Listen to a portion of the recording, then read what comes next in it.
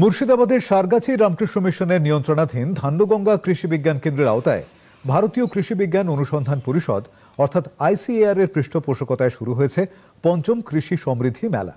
গতকাল রামকৃষ্ণ মিশন আশ্রম প্রাঙ্গণে বর্ণাঢ্য এক অনুষ্ঠানের মধ্য দিয়ে 4 দিনের এই মেলার সূচনা হয়। আজ দুপুরে মেলার অন্তর্গত এক জাতীয় স্তরের সেমিনারে ক্ষুদ্র মৎস্য চাষ ও তাদের রক্ষণাবেক্ষণ নিয়ে আলোচনা করেন আইসিএআর এর লখনৌয়ের অধিকর্তা ডক্টর ইউকে সরকার। কৃষি প্রযুক্তি, মৎস্য চাষ প্রযুক্তি বা বিভিন্ন অ্যানিম্যাল সায়েন্সের যে প্রযুক্তি, সেগুলো এখানে বিভিন্ন এক্সিবিশনের মাধ্যমে এখানকার যারা অনগ্রসর জনজাতি বা এখানকার যারা আদিবাসী আছেন সম্প্রদায়, তাদেরকে একত্রিত করে এবং অন্যান্য সম্প্রদায়কে একত্রিত করে এই সেমিনারের মাধ্যমে তাদের সাথে বসে একসাথে আলোচনা করে